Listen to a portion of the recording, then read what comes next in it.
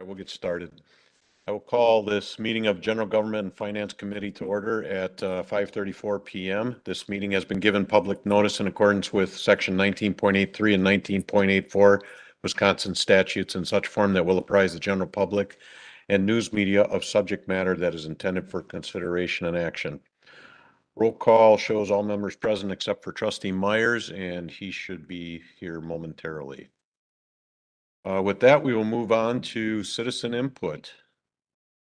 And is there anyone wishing to come up to the podium, please, and give your input? Please state your name and address for the record. I'm Mark Mohammed at North 98 West. The reason I'm here is if you've been down Concord Road, there's a lot of changes going on. There's a whole big project going down in our neighborhood, and there's a bit of debris. You can avoid sinkholes, big chunks of rocks, just all over the place. Last weekend, my wife was going to get a large size chunk into this area for the damage in place. See the letter stating that I attempt to reimburse for the damage that was done on my car going on today. And I wanted to show you some of the things. It's important. You can see that. I wouldn't be here if I didn't feel like it was a pause. Pictures that I've sent to Aaron Gold, as well as the damage to the car, I feel like it's something that would have never taken place without the construction work that's being done. And there's just no way of avoiding it. On it right now, it's not going to be the last, first or the last that you're going to be. It's nothing but disaster to be about. I'm asking for my claim to be recovered. If you need the pictures, please let me know. Brought one picture, unfortunately, I ran out of ink, so I can show it to you. I can show it on pictures on the phone. Sent.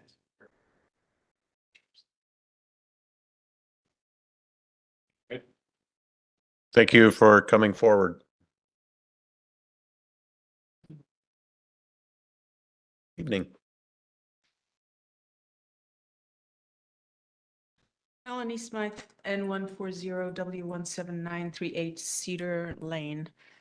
I'll be relatively short tonight. Just want to let you know that for all the times I'm up here ranting and raving about various things, I do appreciate the time that you put into working on issues within the village, even if we may disagree in principle.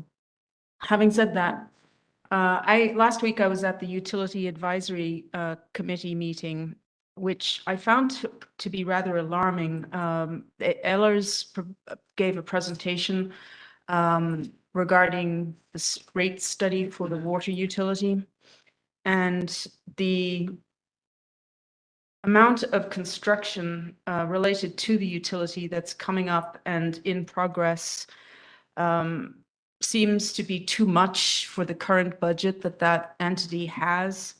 And I'm afraid that the consequences fiscally will definitely affect the village adversely for many years to come. So I would request that you look at that. And I think that needs to be taken into consideration when we go through the budget meetings, because there's a lot of things that a lot of people want, but we won't be able to do anything based on what I'm seeing. And that's maybe a little hyperbole, but it'll definitely crimp the style of this village and plans for things. Regarding changing the Muni code, I think that Trustee Kaminsky came up with a reasonable solution at the last village board meeting. It's an interim situation. I don't know why we would change the Muni code when we're going to hear later on about adding engineers, which we need to the village staff. We don't have one right now, and we need several apparently. So I see no reason for changing the Muni code for something that will be resolved once we get through the budget meetings. We also need public safety personnel, and we need assistance for the utility guys and also for various DPW positions and some administration as well. So there's a lot that needs to be looked at, and all of that requires money. And I think, why would we spend money on attorney's fees that doesn't need to happen when there's a perfectly reasonable solution already in place? On the budget handouts, I would like to see the actual versus the actual to date figures, as well as last year or this year's budget compared to the future budget. I think that's helpful to know what actually has been expended, whether we're ahead or behind. So I would request that as a useful piece of information, especially with all the changes and things that have occurred over the last few years. And then just a general comment on any services that have not been bid out in the next or the last 2 to 3 years. I think they should be, under this current circumstances, we should go out and ask for those services to be RFP'd. I think it's just good business practice. And with the lack of funding that we apparently have in some areas of our village and the current or upcoming expenditures that we're going to be required to do, every dollar counts. Thank you. All right, thank you for coming forward. Is there anyone else for comments?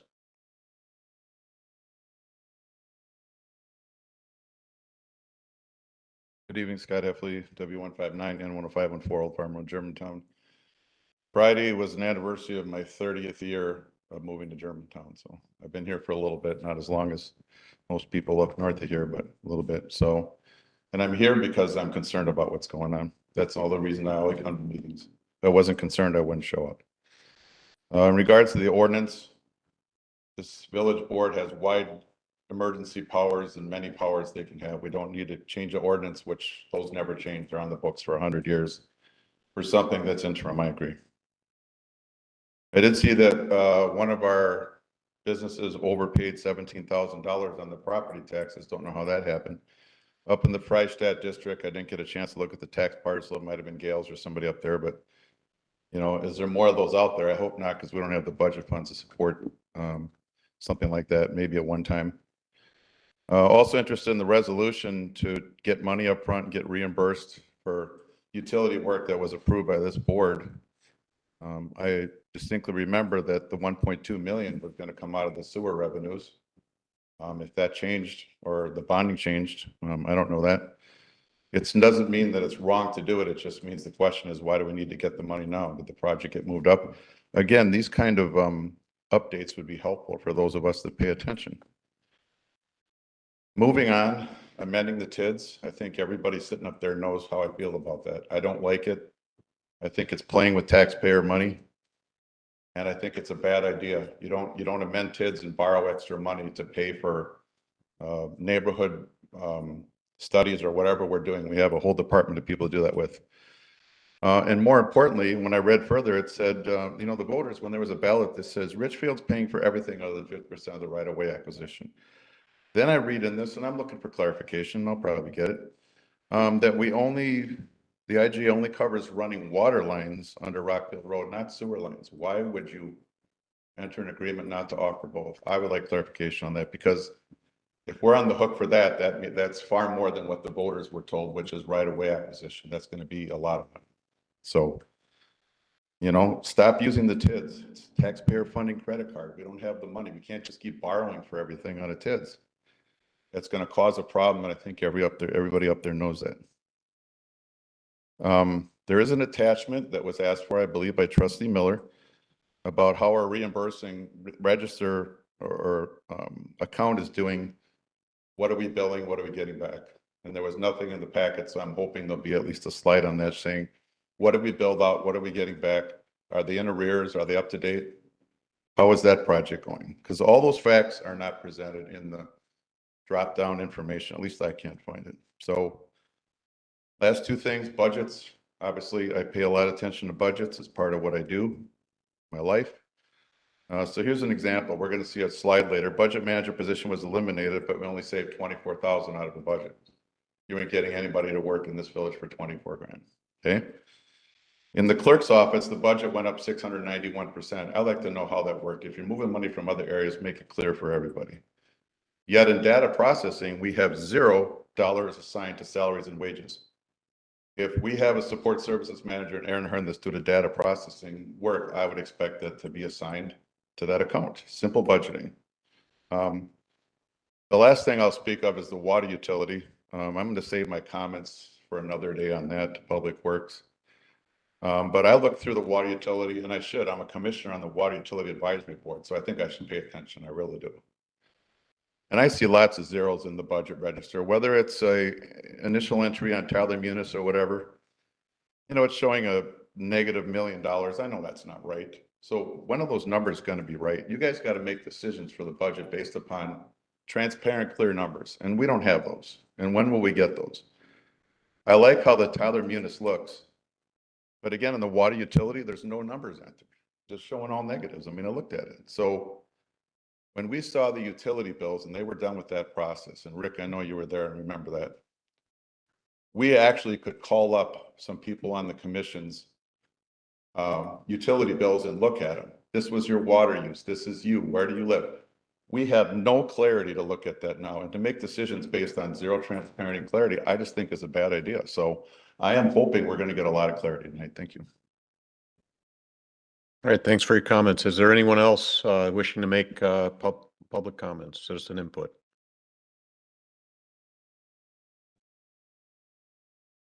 Oh, is there anyone online?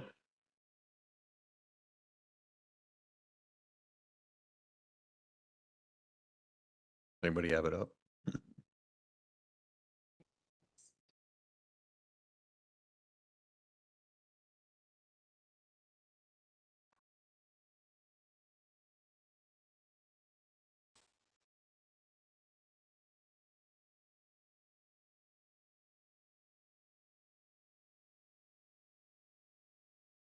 All right, Jan, you have one?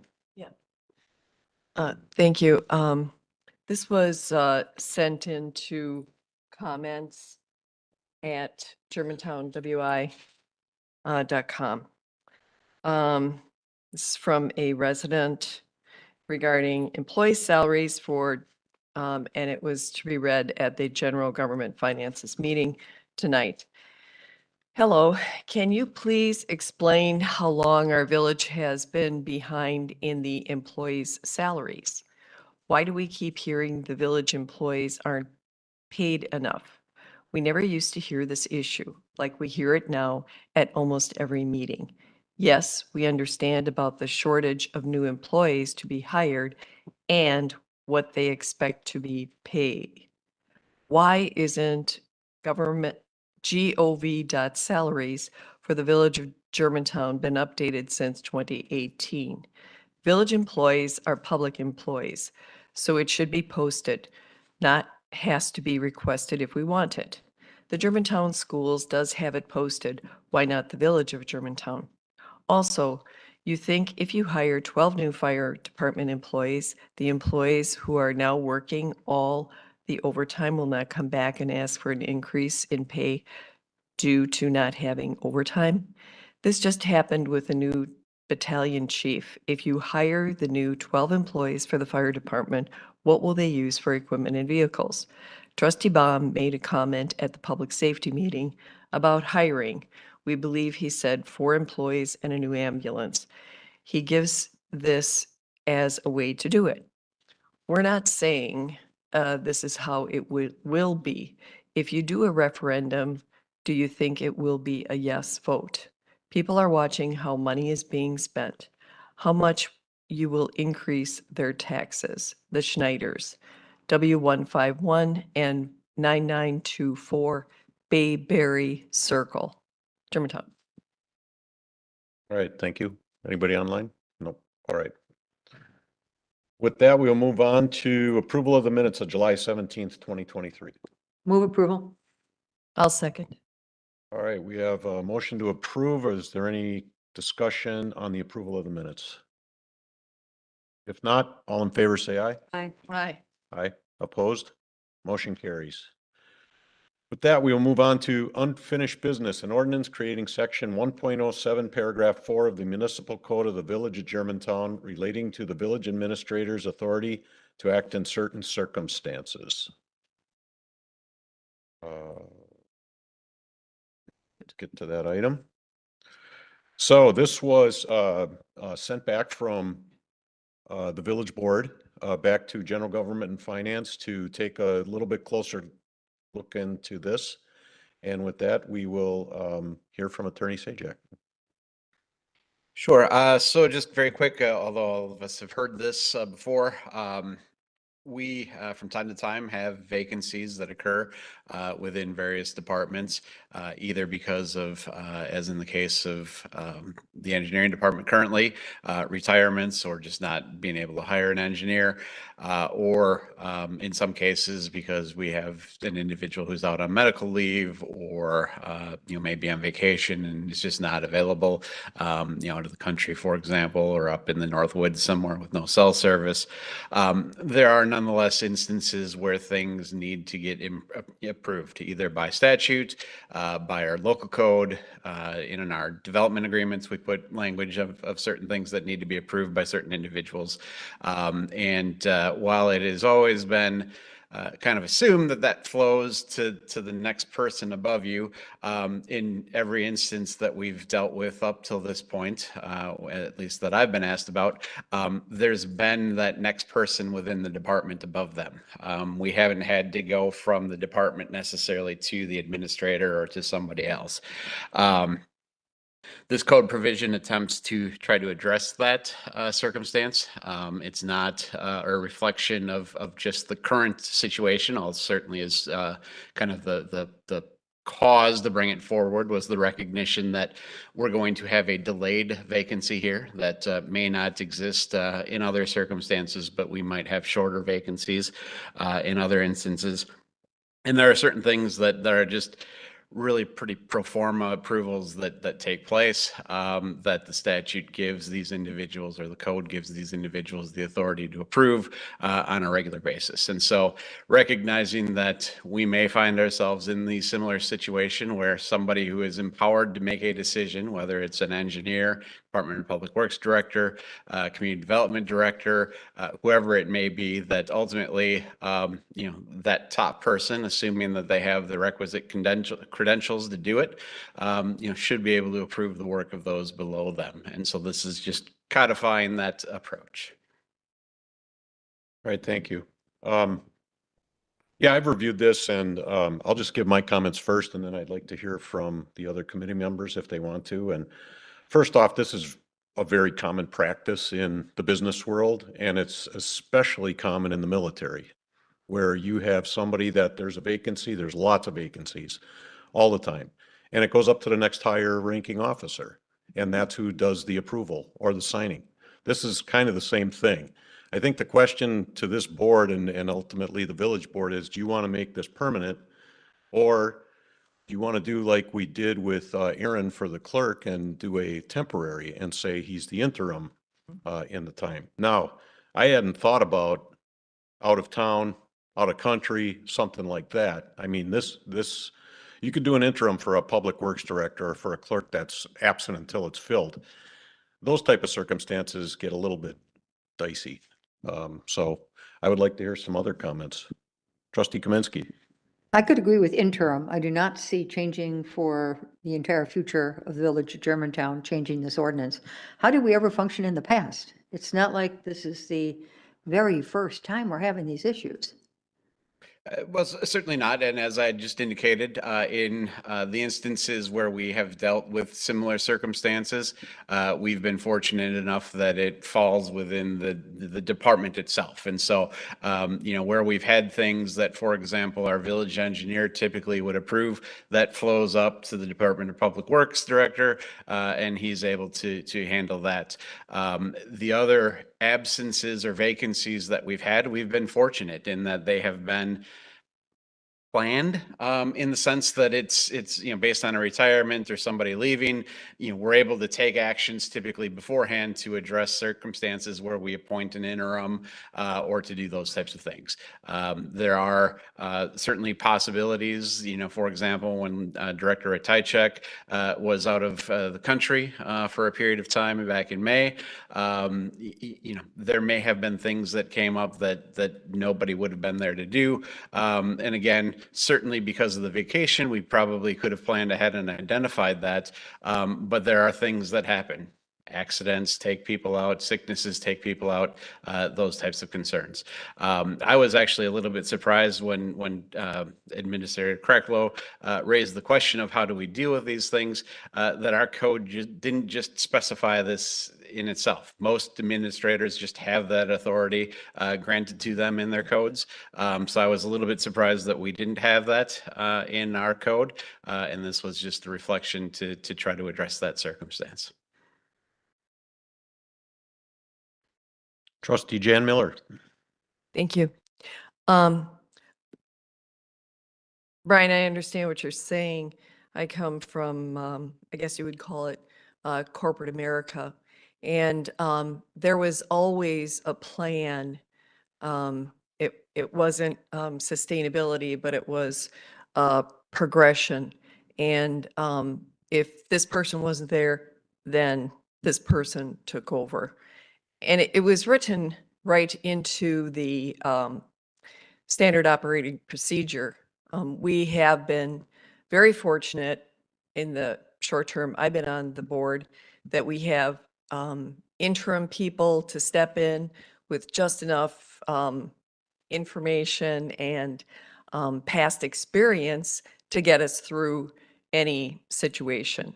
So I agree with Trustee Rick Miller and Trustee Kamensky that going to the extreme of changing an ordinance at this time, it doesn't seem responsible. We hire people to be able to be ready to step up. That's what we should be doing if we're not doing.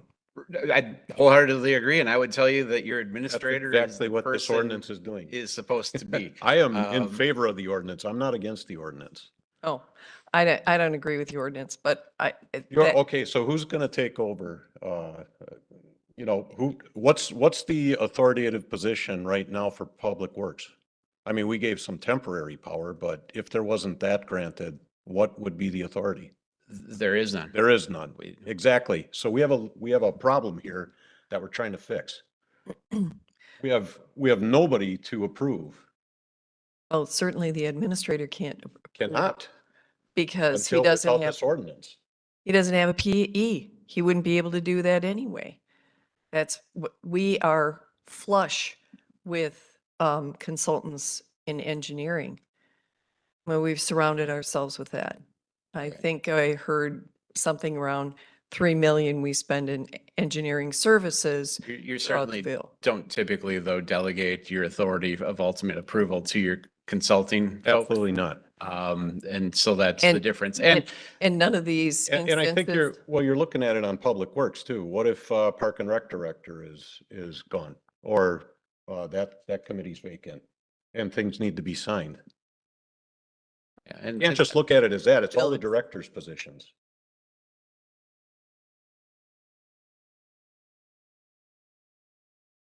Terry? I don't disagree that we need somebody second in command. I disagree with making it permanent in an ordinance. And now, that might be incorrect for me to be thinking that way. Convince me that it is, or that this, because, right now, we might have a really good village administrator. at some time in the future, we might not have a really good village administrator. And I don't know that I want him because somebody goes on vacation and he makes a bunch of decisions or something. I mean, I don't know. So I'm like thinking broader term, 5, 10 years down the road, is this something you want to put in an ordinance no matter who is in that position? Or is there a slight step back to say we give this to our current village administrator under X circumstances? Like in particular, in this case, it's because of Public Works. And if this would come up again as another serious situation, I can't imagine anything in the rec department being as serious as things that could be in Public Works. But say for the next 6 months or something, we grant him this capacity or whatever. Now, that might be really foolish. I mean, please argue with me and convince me that it's better to make this permanent, not knowing who might be in that position in the future and who might be on this board to keep an eye on it. Just going by experience, the boss, he's the boss of the people who are supposed to be signing this and should ultimately have that authority. I can just go by life experience, and I spent 12 years in the National Guard as an officer, and that provision was there. If I wasn't able to sign, it went to the next higher authority. And this to me is exactly the same. The next higher authority should have that ability to sign for a subordinate. Have we encountered this already with the Public Works? We Director? have had 3 instances in the short period of time that we've been without a director where the administrator has had to contact Dean to seek approval of some action that he was looking to do. Now, with that said, Able to do it. he was able to do it, yes. To that end, certainly, we're not talking about typically life and death type situations, very serious things. It's typically more day-to-day type business. One of them, for example, was the 4th of July, or not the 4th of July, the Christmas parade permit that came through and needed to have the director sign off on that. We had another blasting permit that had come in and was part of that. And I can't remember what the third one was. Another blasting permit.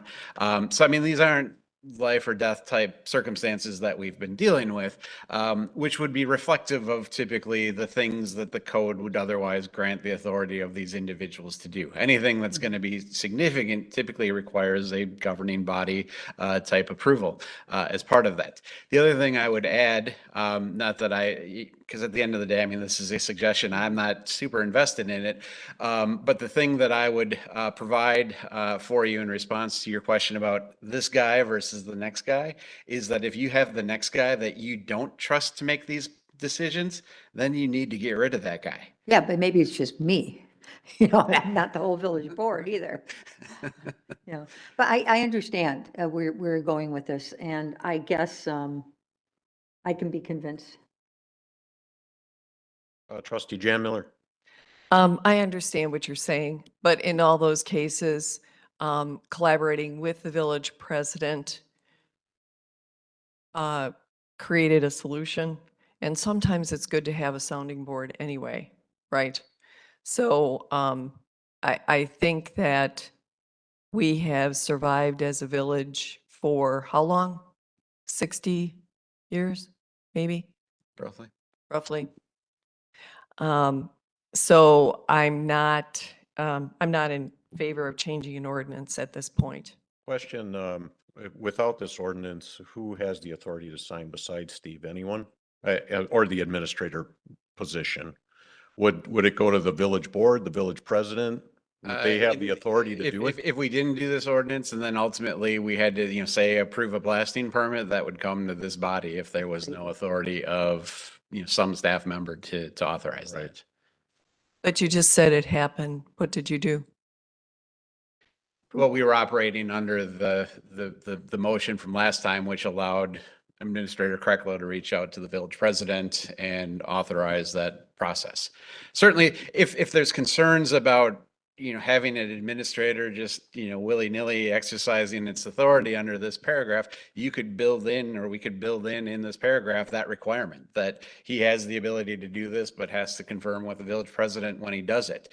The concern really is ultimately just that there are going to be unforeseen circumstances that we're not able to plan for, and that we sometimes just need to keep business going as usual.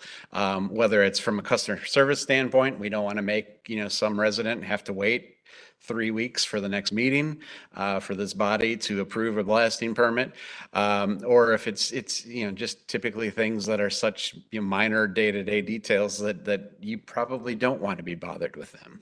Keep in mind that this is going to go back to the full village board, so that we're just making a recommendation back to them. Yeah, these are, to your, Kenny? Yep. To your point, these are day-to-day things, and there isn't, I don't think you could be all-inclusive in a specific ordinance to say if there's a blasting problem, if, somebody jumps off one of our bridges, hopefully not. But, these are all specific things. And we have people in place that are talented, educated, and they should be able to make a decision with the assistance of hopefully the village president. And there's nothing wrong with picking up the phone and doing an ask. You don't have to wait for the body to meet, or you could call a special meeting. The communication that we have right now is phenomenal. I was making, international calls years ago.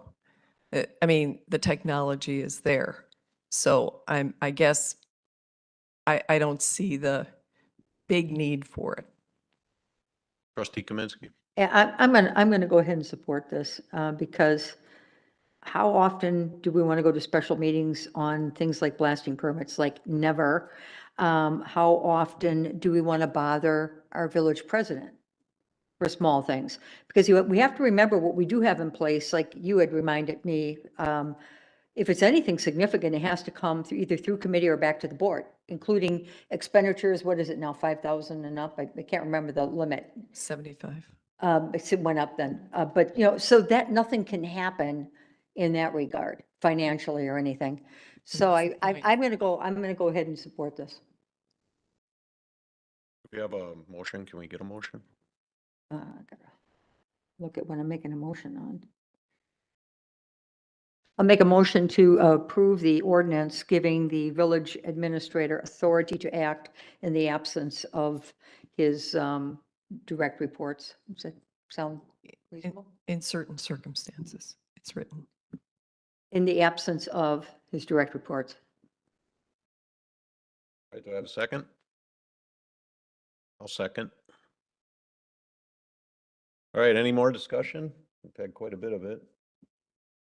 If not, all in favor, say aye. Aye. Opposed? Aye. 2-2. So it'll go to the village board with no recommendation.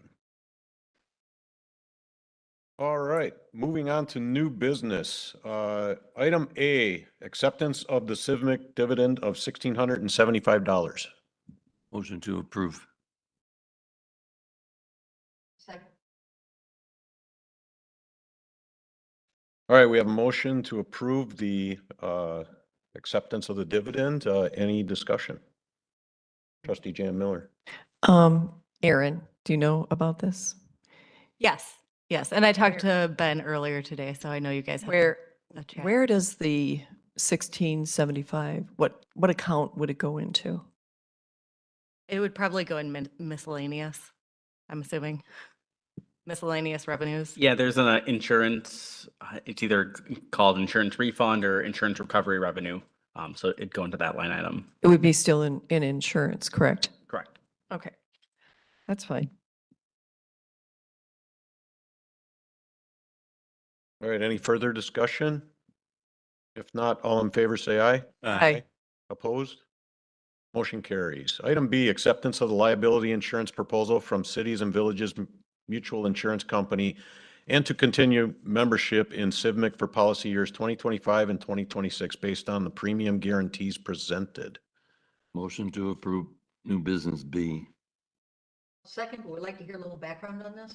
Sure, and a decision has to be made too in what category we're going to be in, because there's two different ones. So right now, our current self-insured retention is 25,000. So per occurrence, we have to pay 25,000 before they start paying on the premium for these liabilities. In the first, there was a page, said attachment 1, and it had the policy years and then the current SIR option 1 and and then the option 2. So the option 2 would have a higher per occurrence self-insured retention amount that we would have to pay, but the full premiums are lower. So the decision is whether you want to pay higher premiums for the 3 years, not higher, like, so currently, I'm sorry, Higher deductible. higher than option 2. So option 2 are lower with a higher per current occurrence premium. And then option 1 are a higher full premium, but per occurrence is lower, or is what it is right now. So just so you know, we haven't had to pay this at all this year, but we've only been with them for 2 years, so they didn't have a lot of data to go with on this. But this year and last year, we have not had to pay that $25,000 occurrence. And that's per claim? Right, for liability claims, yes. So this doesn't have to, it's not the same with like workers' comp or any of those kinds of claims. Those are in a different Yeah. area. All right, trustee Jan Miller. So we've had this company for about 2 years. Yep. Then who did we have before? Before that, we had R&R Insurance. okay. But they were called something else, and now it's not coming to me. Yeah, I know who you mean. Yeah. Okay. And we moved away from R&R because this was more fiscally responsible. Yes, we got more benefits out of this, and it was more fiscally responsible. I can't remember exactly how much the savings were. I don't know if you remember, Matthew, but it was quite a bit, so. And do we have to sign up for the 3-year? deal? In order to get these benefits, yes.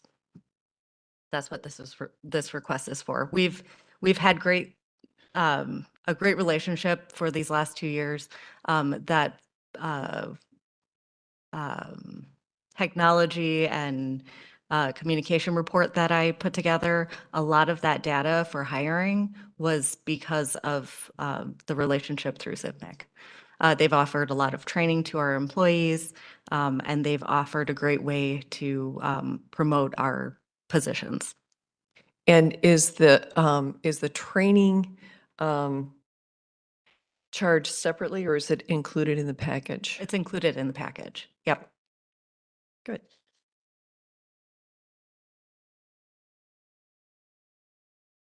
So we have to we, correct the motion. I was going to say, we need to correct the motion to decide which, do we want the low or the high range, correct? 3 years. You want option 1, If that- 25,000? Yeah, That's what I want. yes, So then we're good. sorry. I'm Okay. just going by the 3 year. The 25, So a higher full year premium, but a lower occurrence premium. Right. correct. Okay. And that's part of the motion, right? Original motion. It's just clarifying.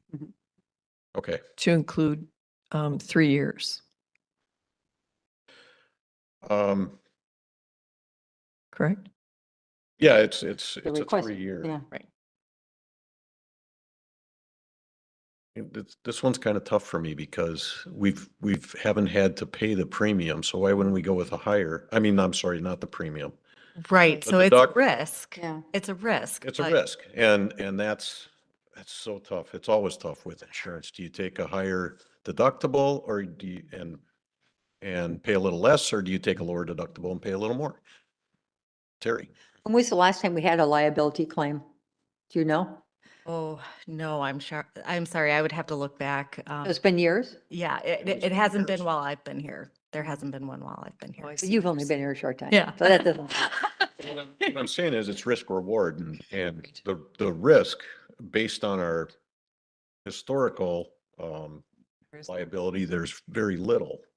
I will tell you the benefit with CIVMEC is that they work a lot with us to prevent anything from happening. So all these liabilities that could occur, they're working with us on a daily basis to prevent these things. So, I mean, we had a whole facilities study where they helped us understand what we had, and some of these buildings hadn't been, assessed in a long time, and so they came and did that. So they've been really helping us gather all of our data together and understand what we have and what our liabilities may be. Should go with the higher.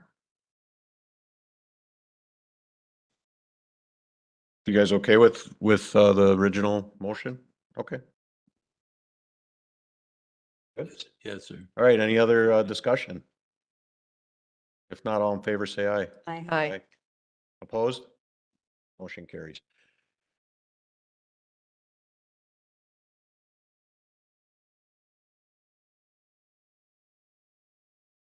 All right, item C, a resolution allowing the claim for property tax refund of AGNL Dairy LLC. I'm sorry, can I just ask something? Yeah. Did we do the second part of your thing? Was that included in there? The critical incident assistance programs was part of that? That we just approved?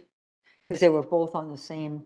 So I just included that to show kind of some of the other things they offer us So for we don't have free to- as part of, that's. That's not- currently part of it. Yes. I yeah, didn't no. know that. So I No, just thought it was wanted you separate. guys to be aware of that. That was something they brought in their last conference, Okay. so. Yeah. Sorry. It's not included. Yes, it is. Yeah, Included in our frame. Civic, Things. those three It things. wasn't in the motion. Yes, so that's just another benefit within Okay. the Oh, CIVMIC okay. benefit package, yes. All the information. Okay, cool.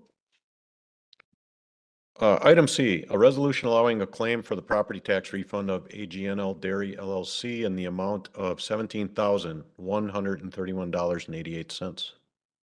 All right, so really just to, I guess, try to answer questions from Scott in particular. This particular claim stems from a manufacturing facility.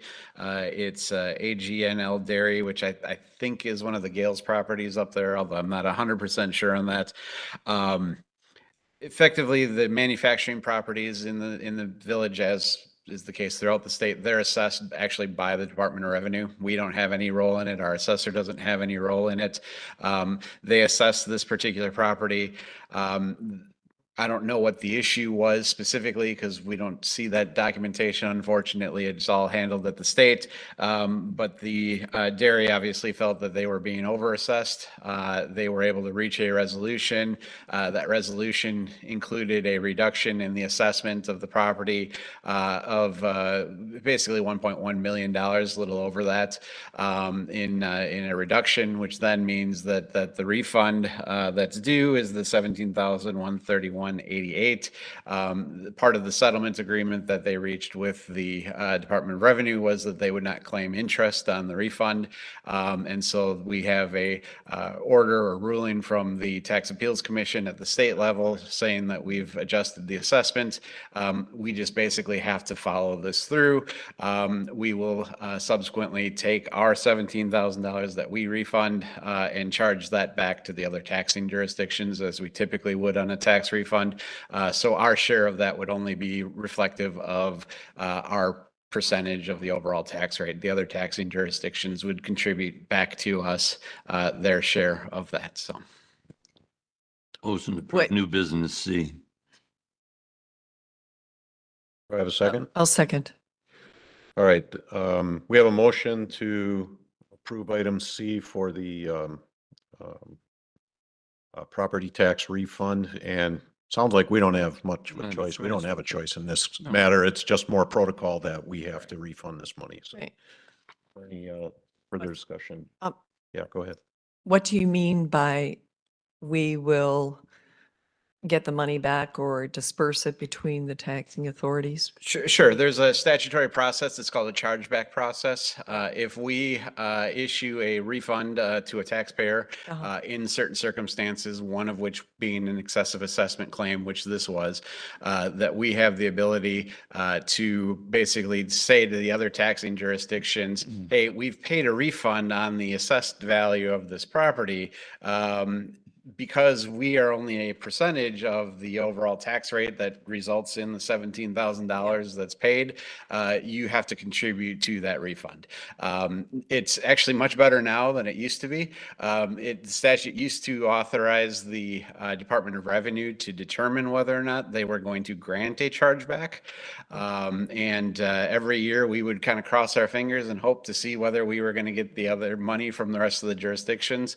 The statute did change, and it's basically a mandatory process now that they share in the pain, so to speak, when we have to do a refund. So, And point number 10 in the agreement states that the settlement agreement may be executed in 2 or more counterparts.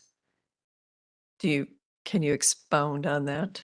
yeah, it just basically means that one party can sign one version or one document that looks just like that, and the other party can sign their version over here, and then you just combine them. Gotcha. Thank you. Is that 17,000 all ours, or is that Nope, that's the, include the that's the county? total refund. So and the school district and all that? correct. Okay. All right, any other discussion? If not, all in favor, say aye. Aye. Opposed? Motion carries. Sorry to see that the gentleman left. I think he went out to take a phone call, though. It didn't look like he was really leaving even. timing.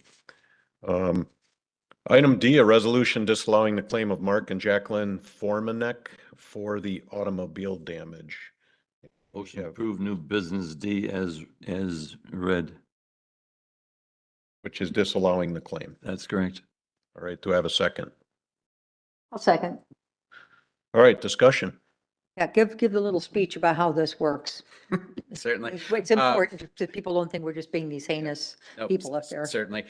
So as you'll recall, we talk about the general public policy behind the statutory immunity that we're given.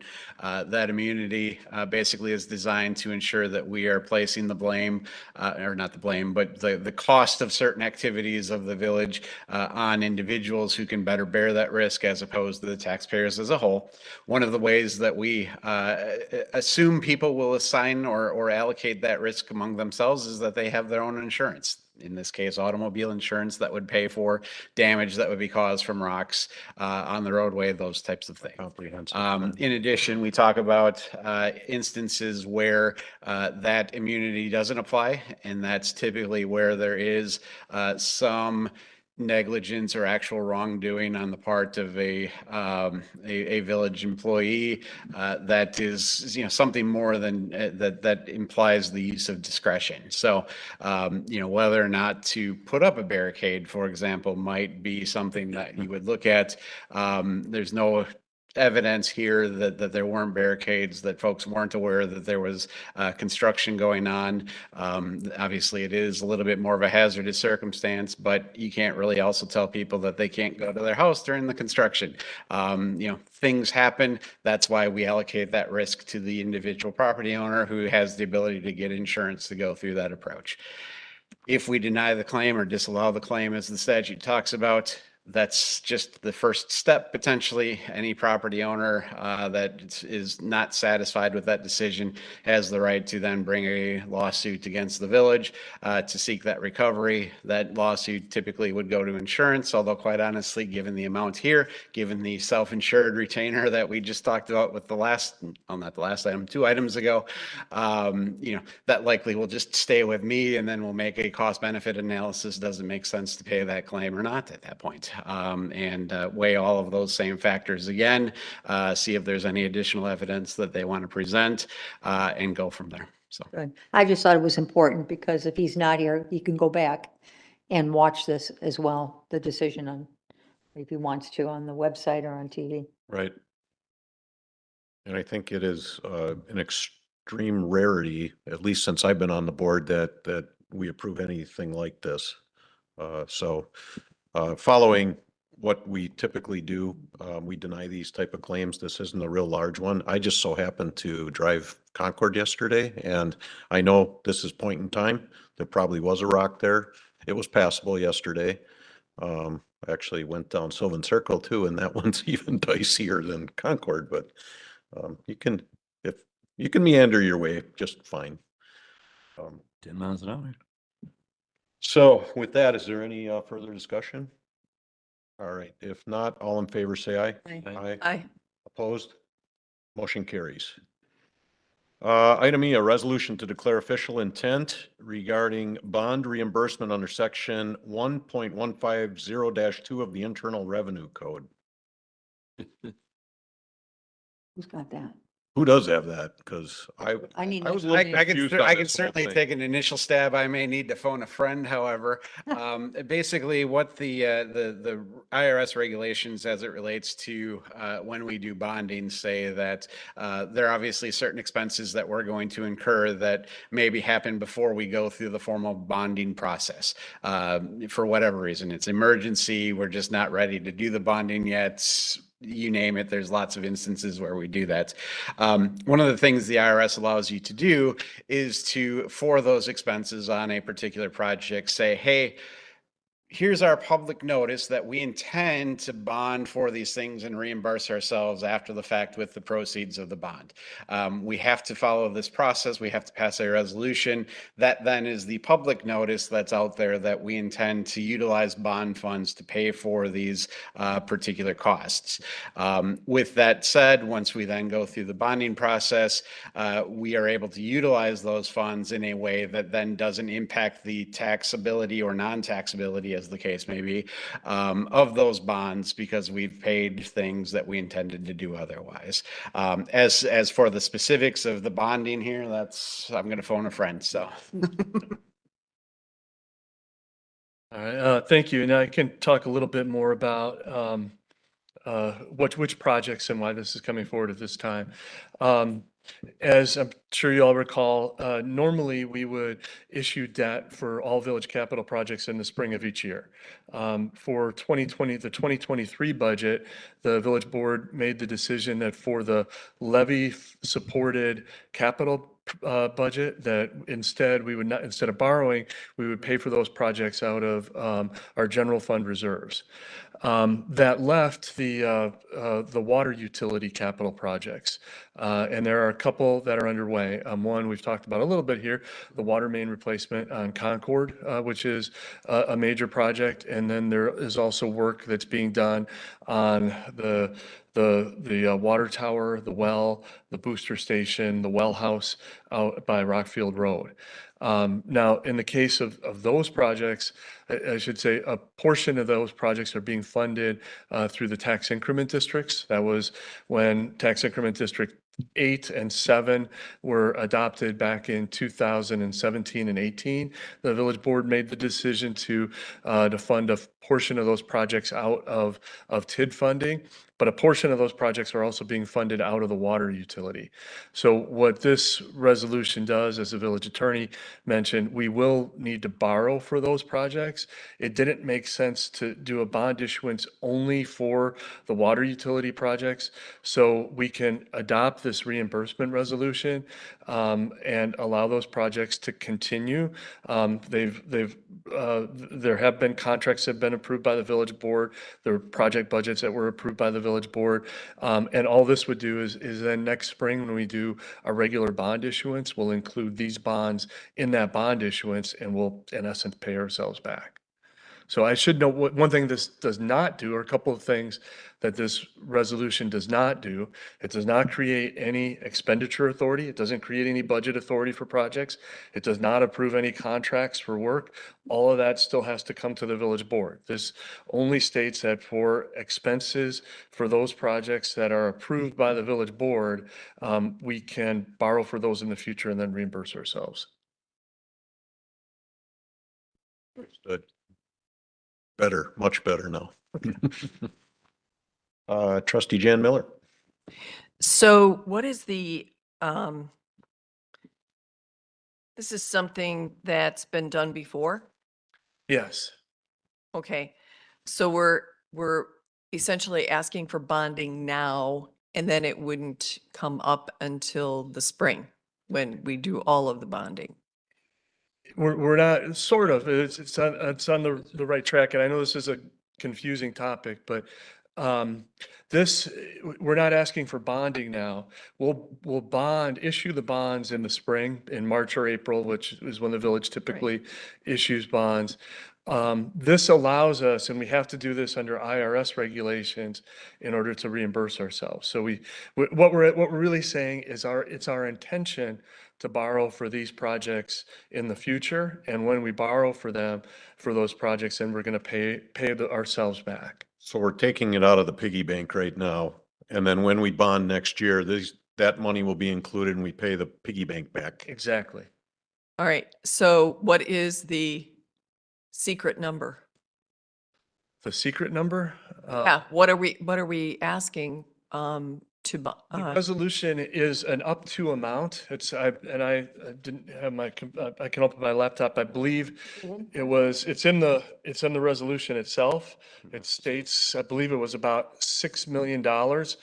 What I used there was the total dollar amount for all of those projects that I mentioned. I don't think that we'll get to that expenditure amount before March, but this is a case of where we 4.6. 4.6, I'm sorry. Is it? But when you put the two That just together, part it's of it? 5.8. Yeah, 5.8. 5.8, Yeah. so it's almost 6 So million. it's for those two projects. That's the total dollar amount for each of the projects. Especially for the work on the well and the tower. I don't see that there's any way that that's going to be completed before we borrow next year, but I did include in the resolution the full dollar amount in the event that if the village board decides next April, you want to defer the borrowing until the fall because you think interest rates are going to come down or whatever the case may be, then we're covered in that event. So I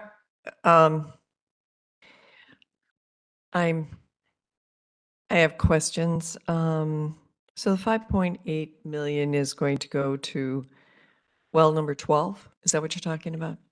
Well, number 12 is one of the projects, yes. 4 projects. Are the 4 projects the ones that are listed basically on the Ellers water study? The water utility portion of those projects was included in the Ellers cash flow analysis, yes.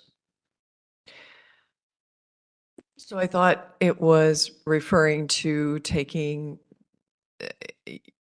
those funds out of TIDS, don't quote me, 6, 7, and 8. Yes, for those projects, for the booster station, the tower, the well, and the well house, the TIDS 6, 7, and 8 are paying a portion of each one of those projects. Just a portion. Do you have a percentage, like 5%, 10%? The amount that was paid for out of the tax increment districts in the project plans that were originally adopted was 50%. One of the suggestions that Ehlers gave in going through the cash flow analysis is that we might want to review that was based on assumptions back in 2017 on the pace of development in the area. Since development has occurred more quickly than we had anticipated, it may make sense to increase the TID share. So why do we need this IRS document now when we wouldn't be bonding until spring? Because project work has started on these projects. So for example, Concord Road, that work Right. has begun. Right. If we don't adopt a reimbursement resolution, then we can't reimburse ourselves with the bond proceeds in the future. Well, that's kind of a pickle. That's why the IRS set this process up so that we can adopt these resolutions and reimburse ourselves in the future. It's basically protocol. I mean, Yes. this happens all the time. This is kind of It's housekeeping, like yes. Yeah. Yeah. Jan, are you done talking? Yes.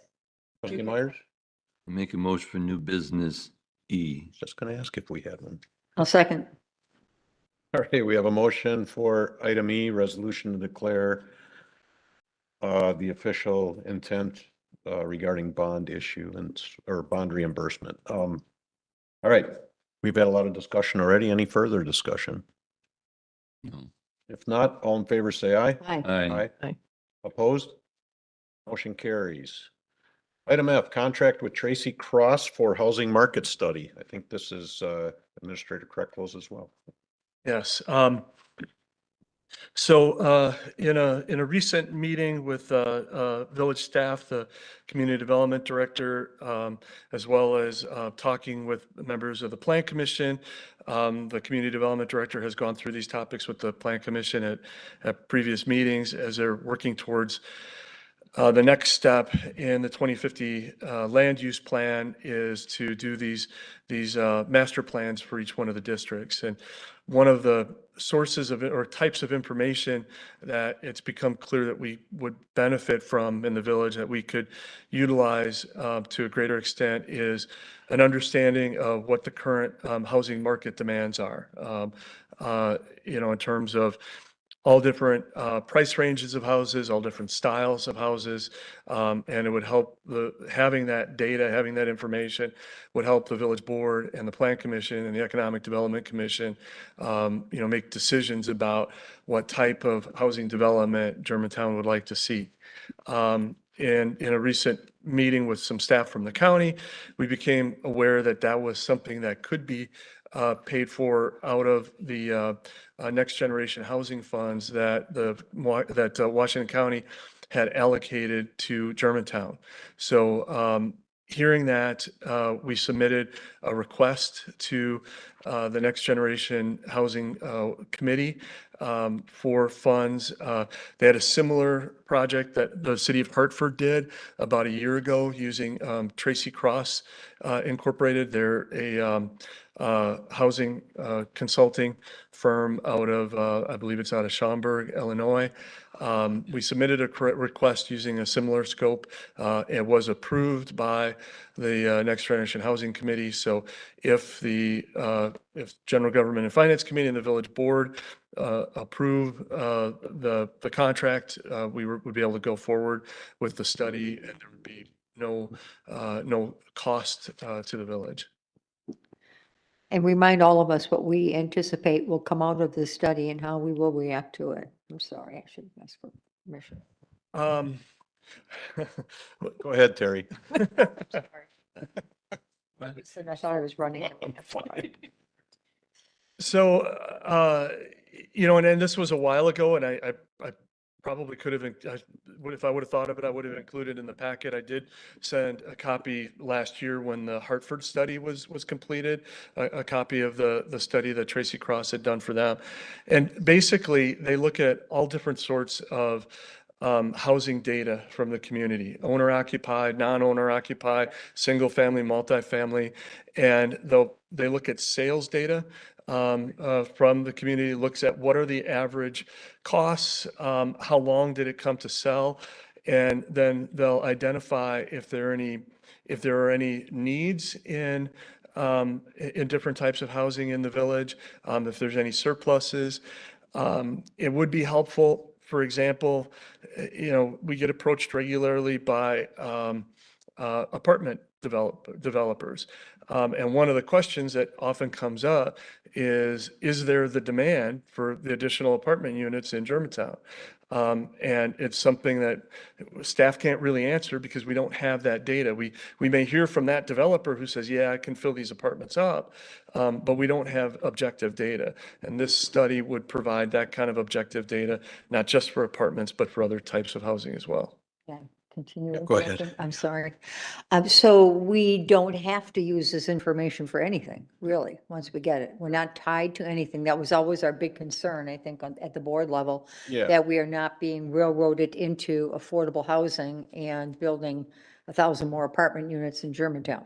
That's one of the questions I had as well, and Steve and I discussed, and no, we're not obligated. However, I think it's nice of, as the county, I'm not going to say pushes, but as they look for next generation housing areas, it's kind of nice to have some data that may or may not support that here.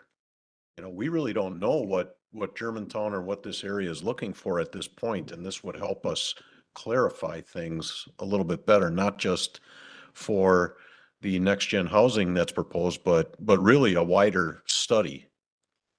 That was, real quick, if I can just add that, that was one of the things when I put this together, the request, I used the Hartford scope of services, but I did broaden it so that it was not focused as much on next generation housing, but included a broader study. So I think that's something that the board might find helpful. Yeah, Terry. A clarification on one line. I don't know if you have the document in front of you there, but it's under the first bullet, second sentence. This evaluation will be based upon economic, demographic, socioeconomic, and residential construction trends throughout the Milwaukee metropolitan region as a whole, with focused attention upon its northwest suburban area and the village of Germantown in particular. Now, what does that mean? Because the northwest suburban area, to me, that's Northridge, for Pete's sake. I mean, that's northwest suburban Milwaukee, and then you end up in either Mequon or Germantown. So what are we talking about here? Because that certainly would skew results about Yeah. needing affordable housing. No, it's, and keep in mind, this is written by a consultant in Schaumburg, Illinois, not a consultant who's as familiar Yeah, with. that's the- what we're approving. Yeah, no, I understand. And when they talk about those regions, and I guess, and I haven't done one of these studies. I'm not, I don't have the qualifications to do one of these studies, but I have worked with the same data that they're using, and I think they're using those terms because they're looking, there's different types of data are only available at certain units Okay. or geographic areas, like some are available at the county level. For Germantown, because we're at the corner of 4 counties, it's probably, they're going to pull data from each one of those 4 counties. But it is not focused on the northwest side of Milwaukee.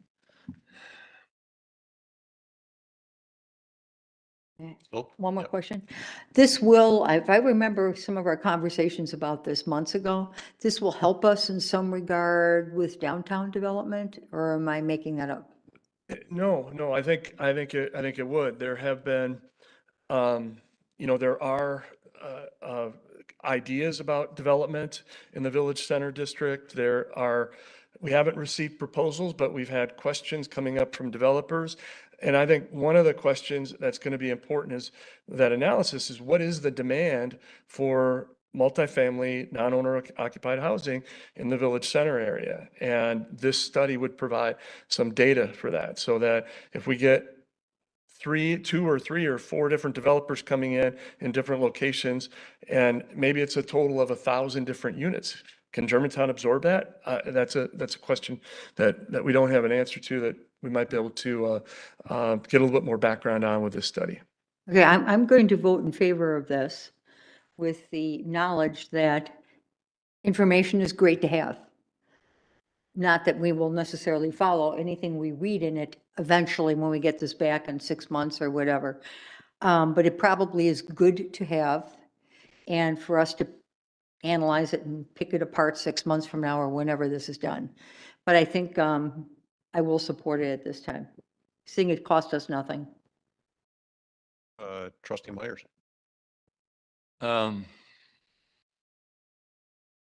Number one, in regard to Hartford, that Steve had mentioned from before, they went along with this at the beginning, but they have put this on hold at this period of time. In regard to this same situations that Terry has just brought up in regard to, well, maybe this is not what we want to end up doing. And so that's kind of sitting out there as such, and they've gone into the Kawasam now. But last week, the county board did approve money for Germantown on this particular issue as such. And so I'm making a motion to approve new business F. Second. All right, further discussion, trustee Miller. Thank you. In your summary explanation, Steve, you clearly say that the study will provide important data and analysis needed to complete community development master plans that the Plan Commission is working on for the Holy Hill and Freistadt districts and potentially the Village Center district. So the Plan Commission, Mr. Retzloff, on whatever day it was held, said that they went out, first of all, the Plan Commission went out and asked for RFPs for the Freistadt and Holy Hill districts, and they got 4 companies that came back. And then all of a sudden, he mentioned this study. So it wasn't in any of the paperwork. And he also misrepresented the Next Generation Housing by saying that Jackson, Hartford, and Slinger are Next Generation Housing. Both Hartford and Slinger pulled out.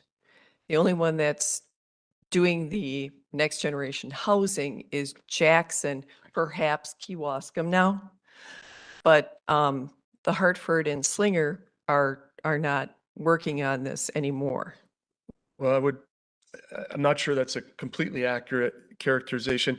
While Slinger and Hartford did reject proposals for specific sites, they are still participating in the program.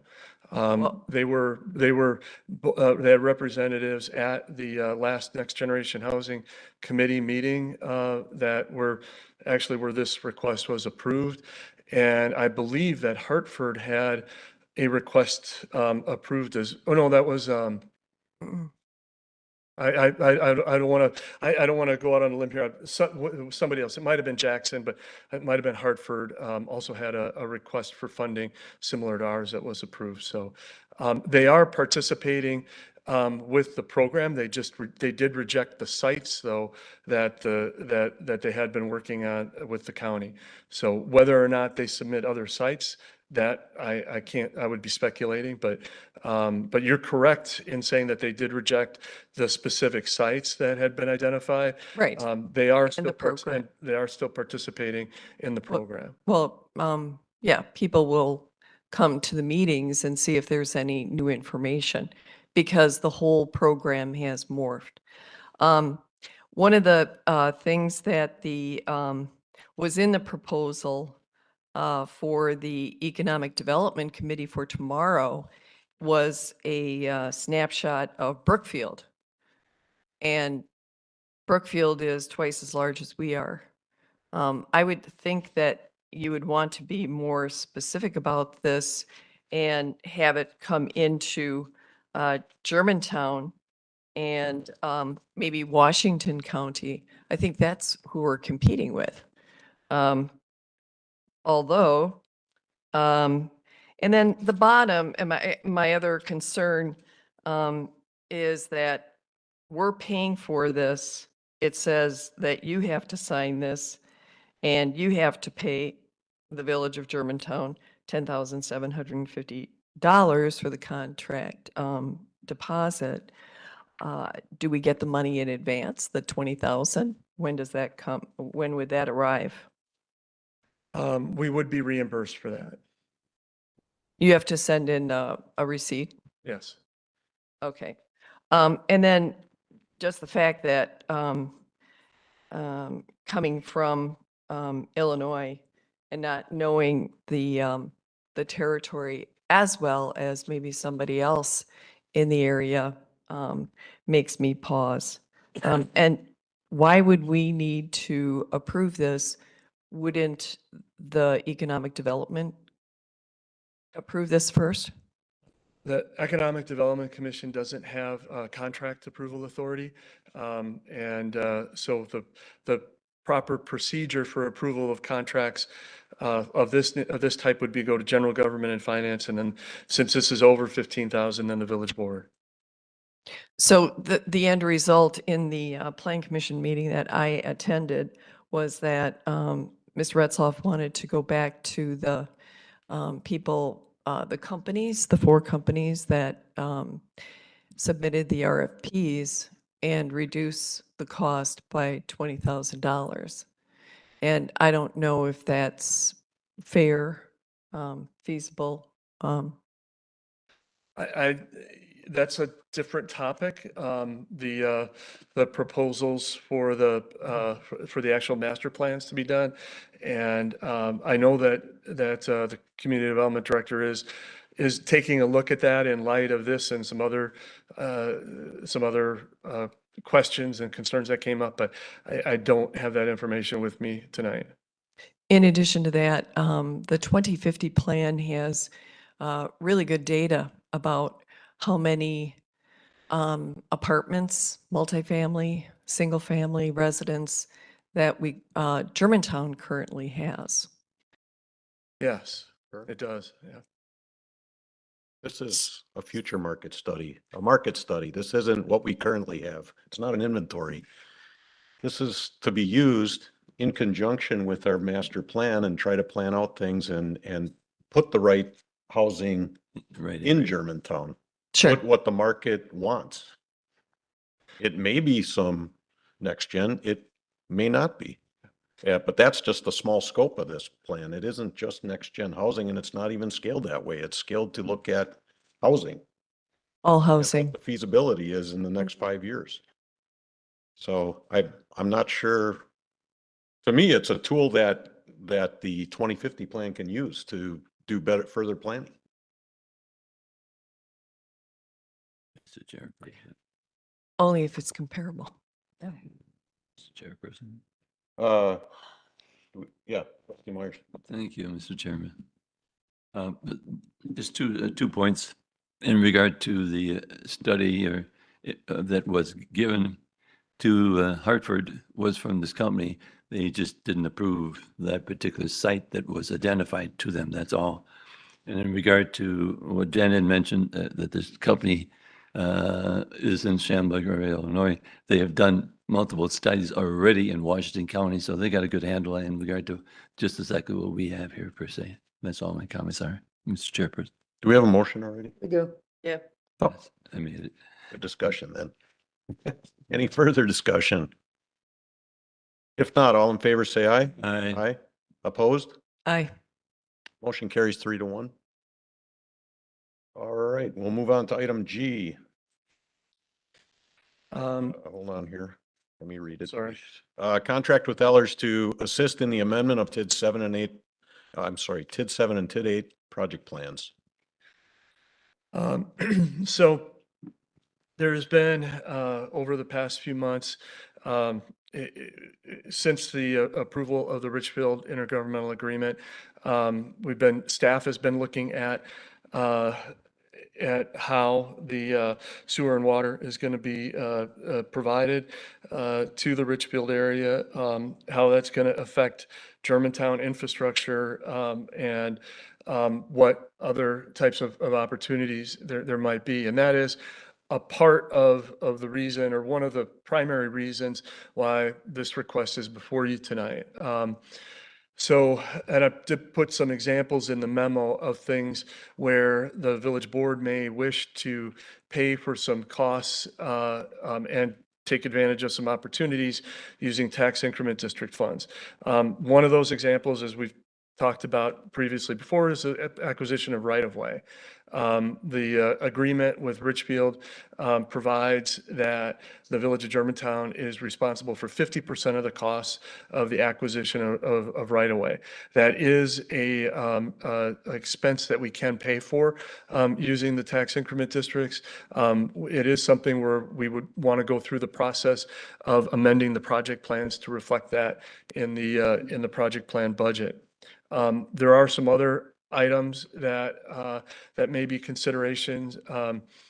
For example, the intergovernmental agreement provides that we'll send water to the village of Richfield in part by Rockfield Road. So extending water from its current terminus at Gateway Crossing and Rockfield Road going west under the freeway. And as part of that project, Richfield is responsible for 100% of the cost of the water main that would be going in and would be responsible for repaving Rockfield Road. However, what's not part of the IGA is if we would choose to put sewer service in under Rockfield Road, it's not because of the contour of the land up there. If we were to go under Rockfield Road, it can only go a portion of the way to Highway 41. If you're familiar with that, there's quite an elevation change, and gravity can't serve all of that way. However, while the road is torn up and while we're putting in water main, it may seem to make sense to put sewer in at the same time, and then repave the road so that if at some point in the next 3 years, 5 years, 10 years, there is a need for it, that we're not tearing up a road surface and installing sewer underneath. Not approving this analysis is not approving that project. I'm using that as an example of the types of things that we could look at. So we're not approving specific uses for those funds, just that it's a possibility if we amend the TIDs. Yes, exactly. And what I'm recommending here, this would be basically starting a planning process for the village board of looking at different expenses in the Holy Hill Freistadt area, coordinating with the work that's being done with the Richfield IGA, and then determining what, if anything, the village board would like to pay for out of tax increment districts. If there are things that you'd like to pay for out of tax increment districts, then this would move forward into the next phases where we would need to go through the joint review board process and get approval for an update to those projects. So under this topic or this subject, we're looking to approve only phase one of this, which is the feasibility analysis. My recommendation was if you as a committee have authority to approve phase one, and if you would send this to the village board meeting in September, by then we should be far enough along in phase one that the village board can decide if you want to go ahead with phase two or phase three. Committee, Trustee Myers first. Just going to make a motion in regard to new business G in regard to phase one, Approving it? which was, yes. I'll second. All right, we have a motion to approve. Discussion. I do have a question. Yeah, Trustee Myers. Steve, when they're doing the study, it may be a little premature because of the other phases per se, but in regard to the fire staff area per se, and the planning commission is in process of going down in regard to that aspect. So would that be somewhat premature for them to, when you're looking through this, because they haven't actually defined that area yet? You know what I'm trying to say? Otherwise I'll continue. You know, ultimately that'll be a decision for the village board to make, whether or not it is premature to plan for any improvements. I would also say, though, that you don't have to design the improvements at the current time, that you can say, well, we'd like to be able to use tax increment district funding, for example, to put sewer on Rockfield Road, and we would like to allow the capacity maybe to put a recreational trail along it, for example. But you don't have to make that decision or design it until after those master plans are complete. So that would be the three phases? Well, even if you complete all three phases, if you put these things in the project plan, you're not required to do them. No, It no. provides you with an option to use that funding for Right. them. When they've actually looked at, Ayers had looked at it as such, I would agree with you, especially in regard to Rockville Road, that as far as putting the sewer in there would be the timely effect because of the aspect that was talked about at the Plan Commission just recently in regard to the last property that's just to the east of the mobile station, because that was supposedly that particular farmer who owns the land that goes all the way to Rockville Road had agreed to actually sell that if that would come into effect in the future. So by putting that down there, you're going to close off, you won't add a dead end on a particular end, which Larry has talked about before in the past in regard for sewers.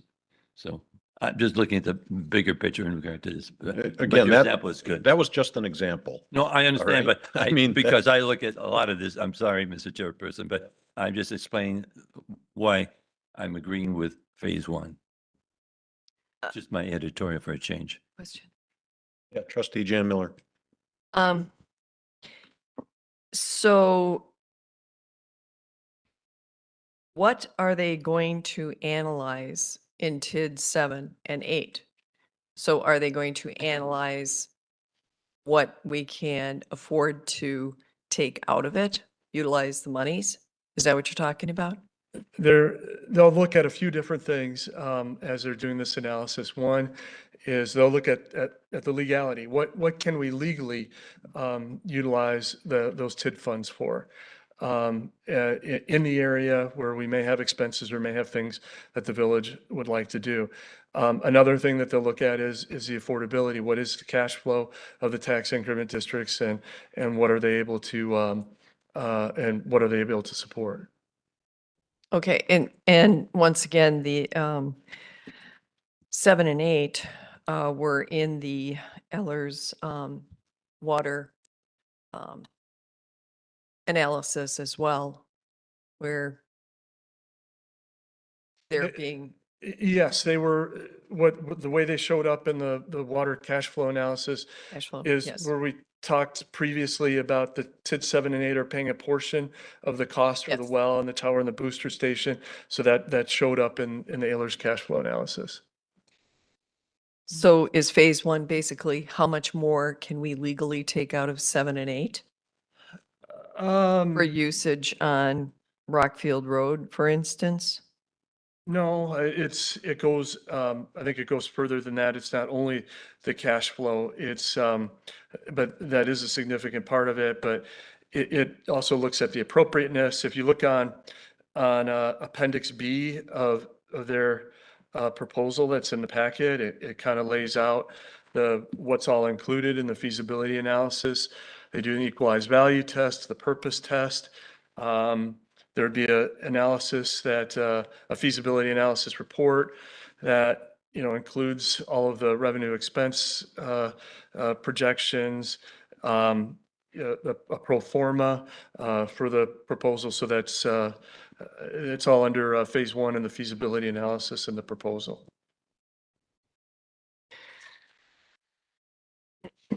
Do you have a sense for what what kind of funds that they would be looking for? Well, the cost of phase one is, and I listed in. the amount- 12,000. Yeah, $12,000. I know what we would need to pay them 12,000 to do Correct. this. And how much money are they looking for within those TIDs to fund For Rockfield projects, or I hope they project? don't have a preconceived Yeah. notion. Ayler's is not looking for any money. This is, But we are. the village board may, yes. And that's really the question of, and that would be a part of this process and that staff would have to work with Ayler's providing information on what are the different types of projects that the village board may want to consider in that area and how much do they cost.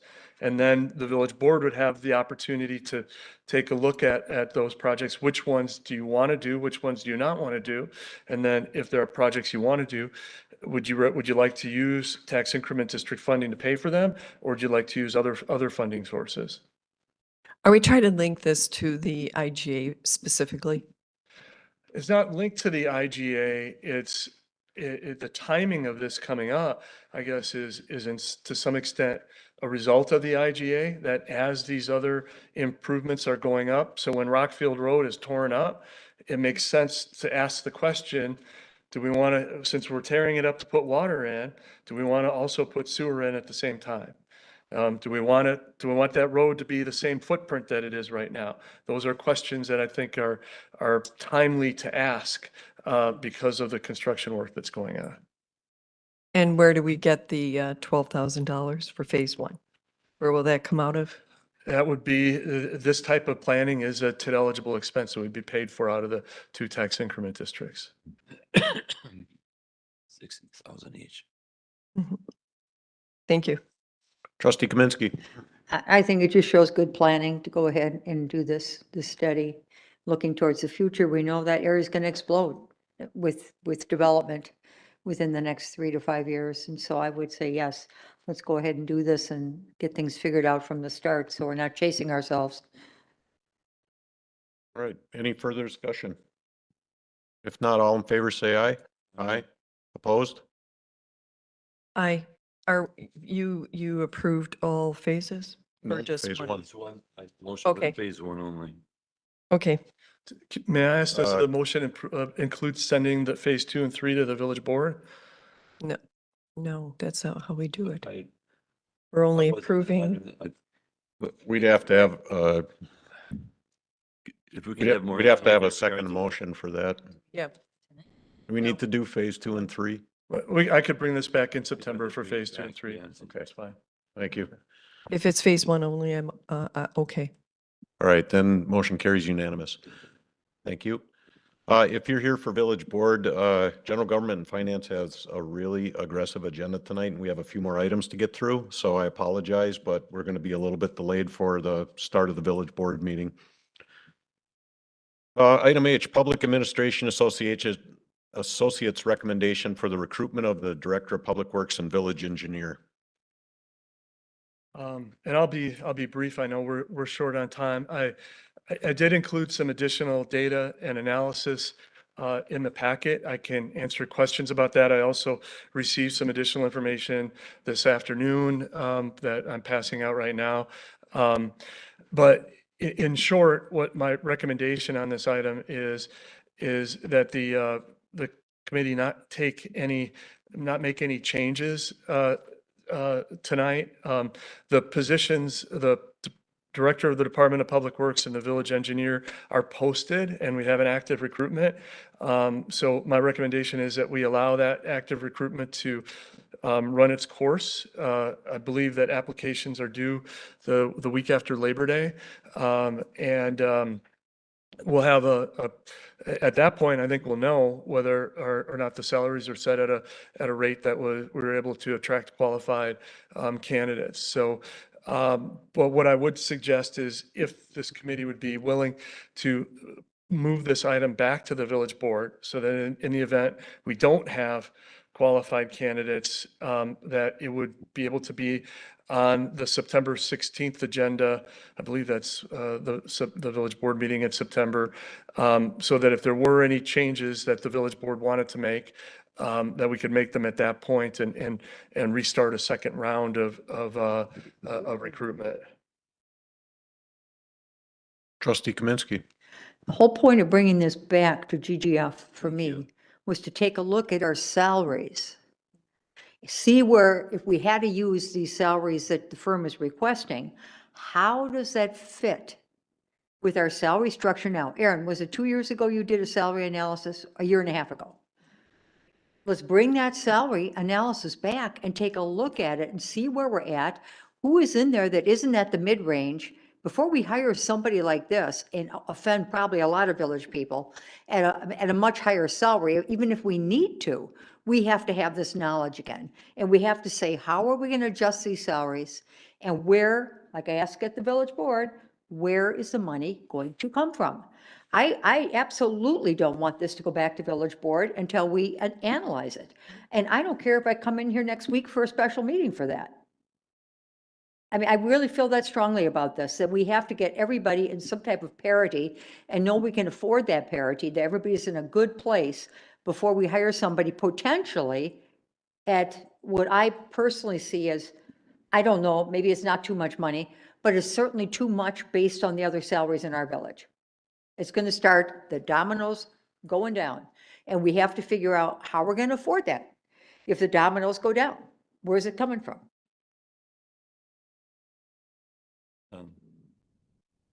Trustee Myers. I agree with you 100% because you talked about, and both of us talked about, let's look at the whole department and make that aspect. So we know what we got to start with those wages, whatever we want for 2024, and then the rest of the budget Matthew and Steve can put together. I would like to take this particular issue and take you one step further and set up a special meeting that we talk about this subject matter Yeah, We should have a special meeting. for next this. week. Right. That's fine. Sometime in the next week or two, for sure. We absolutely have to do that. I agree. That's my motion. Yeah. I That we will- s- Well, I would, before we have a special meeting, I mean, I would wait for this to close. Right. What to close? No, It's we, already out there. Right. Why would we With, wait? with for the it to close? current salaries. So we wait for that rotation to close. If we don't have candidates, Yeah. then we can review the salaries. That was the whole intent of Steve's. Well, comments here. we can do that, but then you're behind the 8 ball, because then we have to meet really fast. Well, how are you going to adjust it now that it's We're posted? not going to adjust it. No, We we're would not gonna do analyze it. we're adjusting the rest of the We wanna look department. at How the we would big handle it. picture. Yeah, big picture, and how we're going to handle it. May I ask a clarifying Sure. question? So is what I'm hearing from the motion that you want to look at the other salaries for other positions within DPW? But just focusing it on DPW, so sort of the type of data that we've been providing for these two positions, you'd like to see that for the other public works positions? I didn't make the motion, I did the second, so I can't, myself It would personally. be- Let me just ask a question before I answer your question. Would you rather have a separate motion just to, with the board, just to have this alone and then the separate meeting for the rest of the department? Otherwise, my motion would be for everything. You want this separately? It's all going to be affected. Right. I understand, but All right, hold on. I'm not understanding this at all. We have a position out there right now posted with what's in our packet, with the salary ranges. This is just a survey that came in. Why do you want to adjust it now? I We didn't have say. to wait, Just- we have to wait until that position closes, find out what candidates we get, if they're willing to be in that price range, and then move on from there. Why would we adjust it now or even look at the feasibility of adjusting it right now? We wait until after September 6th when it closes, we analyze who we've got for candidates. And if we don't have a qualified candidate, then we can go on and maybe adjust the salaries.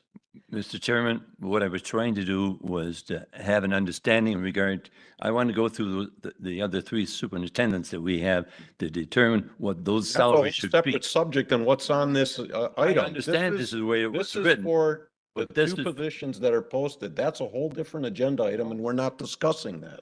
Wait a minute, but it all is affected, so we have to, it's all one and the same. And- The and dominoes are going to fall. It really is. You're right, Mr. Chairman, when I read this, but this isn't what we talked about at the last board meeting, that was What I talked expected. about, but this is the way the verbiage came by. So if our attorney says that we should not be entertaining the rest of what what I'm trying to talk about, then let's do as I asked Steve, would just take this by itself. And then have a special meeting. I mean, I'm fine with doing a special meeting and analyzing salaries. Okay. But that's not the agenda item that we're discussing right now. I agree with you. It was what we expected to be discussing tonight. And it's not what we're discussing tonight. Because Because my whole point at the village board was this will affect everything if we go to this higher salary level out of the blue and boom. It's going to phase down through every other position in public works for certain, but also across the board. And so we have to look at everything and figure out where that money's going to come from. We do. But now, I'm fine too with just taking Public Works, but I would like to get a special meeting and get all of this stuff sorted out before I would ever decide I'm gonna pay a new Public Works director, whatever we're asking here, the high fees that were suggested at the last village board meeting. I have to have a lot more information before I would ever go along with that. The, Trustee Jan Miller? this is published already. Whatever we agreed to was published and is out there, and the close date is September 6th. So this information with the qualifications that we're looking for is posted, and the salaries are posted, and the close date is 8/6. So that's a done deal. 8/6. I'm sorry, 9. I don't have any problem. Mr. Chairperson, is it all right with you? Because I think we, excuse me 1 second, please. I think I have a motion on the floor. Is there a second? Did you second? Can we just have a special meeting for the other 3 superintendents at a special meeting? That's what my motion is, and asking you to concur. No, I don't. And agree with that. I'm saying that that's not a valid motion because No. that's not the agenda item. Yeah. The agenda item, the ask was to move this back to the village board for the next village board meeting. So if you don't support that, then there will be no recommendation. And we'll just, When would you want me to put that motion forward in this you meeting? can put an agenda item request and we can make a special meeting. I can't do it in this meeting? So, where's our attorney? So the motion on the floor is, It's not part of the published. we can't do it. Right. So you gotta have withdraw to it. do it offline. Yeah. So let's. Moving on, no. moving on. Basically, we're going to move on to item H with no recommendations back to the village board, right? I don't want it going back to the village board. That's what I'm. So I will make a motion that this must come back to general government and finance and not go directly to the village board. Then on September 6th, once we find out what candidates we have. Second. All right, we have a motion not to move it to the village board and keep it at general government and finance. We had all the discussion. All in favor, say aye. Aye. Opposed? Motion carries. Thank you, Mr. Chairman. Item I, accounting and billing for reimbursable expenses related to the Richfield Intergovernmental Agreement for Sewer and Water Services. Administrator Krecklo. This was there have been some questions that some of the members of the committee and some of the public have asked about the process for accounting and billing for reimbursable expenses related to the Richfield IGA. So if you recall, the IGA does include provisions that all of the expenses that the village incurs as a part of this project will be reimbursed to us from the village of Richfield. So we have set up tracking mechanisms. Staff who are working on the project to track their hours and keep a log of what amount of time that they're spending in meetings or doing analysis or working on the project. We have a special account set up where any invoices that come through from outside consultants are charged to that account, and we're able to track that separately. And what we plan to do is at the end of the year, we will reconcile with the village of Richfield and send them a bill for the total amount. At this point, the total dollar amount is likely well less than $20,000. I think we have about, last I looked, $8,000 charged in consultant expenses to that account, and then some miscellaneous staff time. Mr. Chairperson. Trustee Myers. I make a motion to approve new business, please. And the other, I don't think we have an action item on this. This is Get the wrong one. information. And there's no document. oh, There's no discussion. I mean, we could discuss it. well, then the only, Does. Yeah. well, a lot of times we have this, but I would say, I agree with this particular thing. I think we had some individuals that actually asked for this. Isn't it correct, Steve? Yep. Yeah, there were some requests to place this on the agenda. And I did talk to the administrator in Richfield in regard to this and what I should be looking for, but thank you. So we have Amend that separate motion. account numbers than Finance Director? Yep. Okay. They're in Fund 40 and both of them are titled Richfield Extension. One is a revenue line item and one is an expense line item. And, number 40. Right now for $20,000, an annual repay, isn't bad. But as things progress, you don't want to wait a year. That would be too long. Get reimbursed. I would, that's a good point. I would say, and we'll monitor it. And if there are expenses, if that gets to be a larger amount, then we will invoice them more frequently. Part of this has to do with the workload on the finance department with the implementation of Tyler Munis, the budget that they're working on, trying to catch up with the audit work and get ahead of that. So, given the small dollar amount, we thought at this point, it made sense to wait. But I think you're absolutely right. If the dollar amounts get larger, we'll start billing more frequently. Thank you. Trustee Kaminsky. Can we perhaps at this committee level, take a look at this at the end of the year and see where we're at? And then Yes. maybe make some decisions? Absolutely. And I guess my other question was, would they consider, once their TID funding is approved in Richfield, would they be willing to do an escrow for what they owe us? Because they're going to have the money in a TID. And it would be a lot easier for us to know that money's there, not going anywhere, and we just do a draw on it. It's something we can bring up with them and take a look. Yeah, just maybe at the end of the year, we can have those conversations. This topic bounced around a little bit between GGF and Public Works, and ultimately it's back here and probably should be. We can put it in our reviews, our quarterlies, possibly, and schedule that. Sure. Okay. Any other discussion on item I? No. If not, we'll move on to item J, which is presentation of Department 2024 budget requests. Matthew's been waiting all night. In your packet are several departments that report to the General Government and Finance Committee for oversight. As a prefix, many of these numbers are quite early. So these numbers are not final by any means. Many of the state revenues, we haven't gotten our estimates yet from the state. So a lot of those are estimated. So just keep that in mind as we go through it. These numbers are still very early. We still haven't met with all department heads regarding their budgets. And we certainly haven't had the COW meetings and things like that. No, it's not going to work. I don't know, is it? It's not. There you go. The first budget in front of you is the administration budget. Historically, that was made up of myself, the support services manager, and the village administrator. As we switched financing clerk and separating those two departments, the budget manager, my position, was eliminated. And with that, the salary that was allocated to that department was eliminated as well.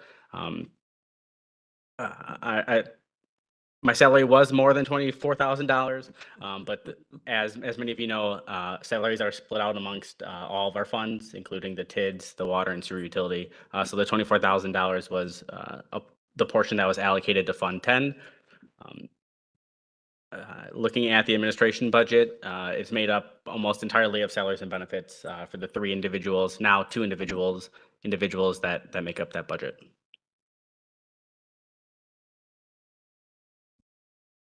Can we ask questions? Do you want questions now or, okay. Okay. Sure, Trustee Miller. As we're going through this, I've noticed a common denominator that the salaries are probably over 80% of each one of these budgets, which is probably speaks to what we would like to do, take a look at some of the salaries and make sure where we are. When you have a change like that in the salaries, will we get some sort of a printout that says, this includes this person, that person, two people, one person, and what percentage? Yep. So as we move to presenting the recommended budget to the village board in September and the committee of the whole meetings, you'll get greater detail of salary allocations, salaries allocated to those positions and how they're allocated across the different funds. Okay. This is more of a high level budget request. And as we move into the committee of the whole Okay. meetings, we'll get into greater Okay. detail. Detail. Okay. Because I would agree, looking here, you don't get a lot of detail regarding where the salaries are allocated.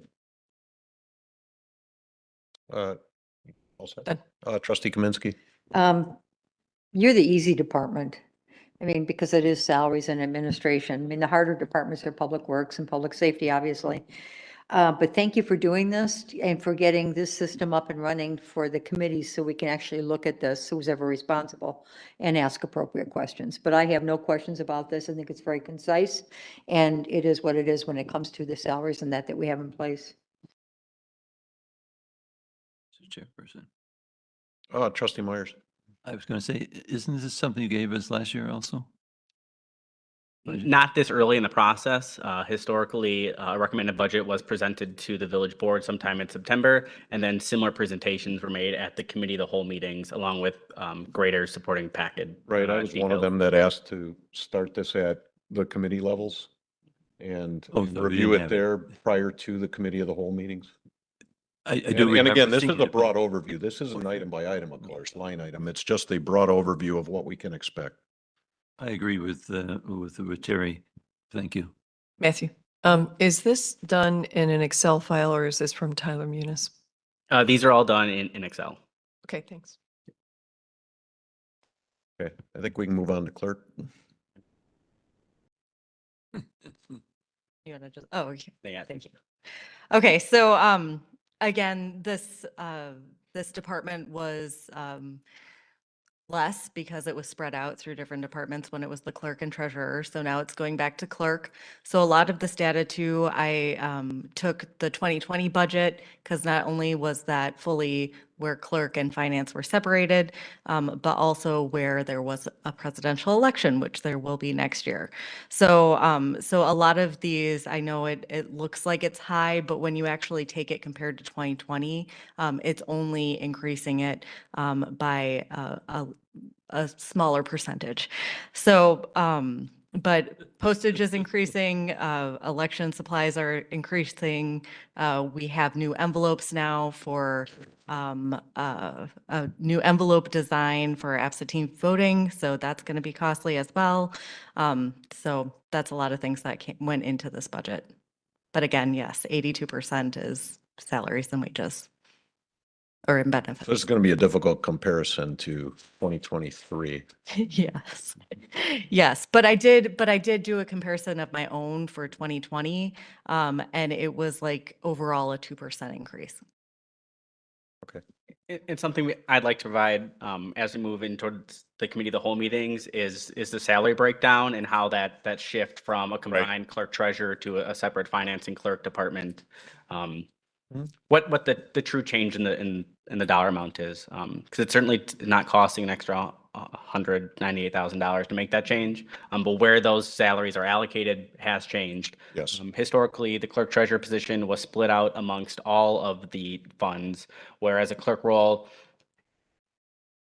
the reason they were split is more for the finance role than the clerk role. The clerk is less involved in the water utility, the sewer utility, the TID. So it doesn't make sense to allocate that portion of that salary to those funds. So then you need to bring it back into the general fund, where the finance director position is allocated out amongst all the funds. So that's why you'll see that large shift in the clerk's office. But if you compared the administration salaries to the clerk salaries to the finance salaries, it's a much less increase than the $198,000. It's probably closer to the $100,000 to $120,000 range. All right, any questions? Great, let's move on to data processing. Oh, I put this in the wrong order. There you go. Oh. So for data processing, a lot of those contracts that we've been going through, like the voice over IP, the copier contracts, in the past, we've split those out per department or to all the different departments. And what I'm doing in this is putting them all together. So instead of doing it like that for internet services, for our voice over IP services, instead just putting it into this one data processing group. So that's the change with us. Yep. And similar to the salaries, we're going to do a comparison of what it cost in 2022 to what it costs, or what it cost in 2023 to what it cost in 2024. As Aaron had mentioned previously, if we paid $10,000 a year for internet that was allocated out to all the departments, where it creating extra work, unnecessary work, and providing little benefit because the village board and the government and finance committee couldn't see the true cost of internet service. You're seeing $400 allocated to administration, $300 allocated to the clerk's office. We're going to combine them all. We still will be splitting out the portion that's allocated to sewer and water, but all of the majority of the rest will be placed into data processing.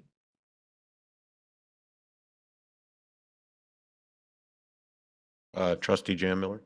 Does this represent the 239,000? Is that all of these things combined? Yes. Okay. Plus it's the IT support. So it has capital data in there as well. Oh, capital. Okay. Yep.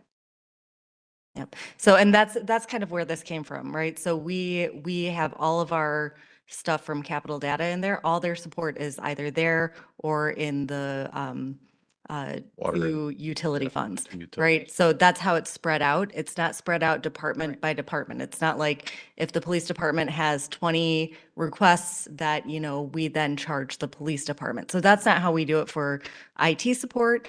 So that's not how I think we should do it for internet support. Yes, it's hosted, the large host sites are the fire department and the police department, but that doesn't mean they should be charged more for, Right. the support. So we need the phones, we need the internet, we need the IT support. And so that should all come from the data processing department. And the reason my salary doesn't come out of that is because it comes out of admin. So. All right, let's move on to finance. All right, I'm gonna pop back. Again, much like administration, the majority of the finance department budget is wrapped up in salaries and benefits. They make up roughly 83% of our entire budget. Under the operating supplies and expense line, you'll see that it decreased by 17,000, or we're recommending it decreases by 17,000. Essentially what I did was I took all of the operating supplies and expenses and I cut them in half to allocate them back over to the clerk's office. Since they were combined, now they're split. I thought it fair that the new clerk get half the operating supplies and expenses. So the remaining majority of the operating supplies and expenses is the $25,000 for accounting and auditing. That's budgeted annually for the annual audit and the PSC report and all those types of things. And that amount hasn't changed from 22 to 23 to 24. Nice increase in state shared revenue. Yep. So as many of you are aware, the state has increased our shared revenue by roughly $500,000. So you'll see that in the intergovernmental revenue lines. On the flip side, we did receive last year a one-time increase for personal property aid exemption. That amount has been reduced for this year. So we will see a decrease of $50,000 back to the normal $90,000 that we typically had seen in years past. In addition, I did increase earnings on investments. The way that we track earnings on investments has changed over the last several years, not for next year, but just in years past, where we do a mark-to-market ratio where I'm gonna butcher explaining this because it still confuses me, where they take a look at all the current value of all our investments, not the amount of interest we earned. So as we go forward, you'll see that it's a snapshot at the end of the year of what the value of your investments are, not how much interest you've accrued over that time period.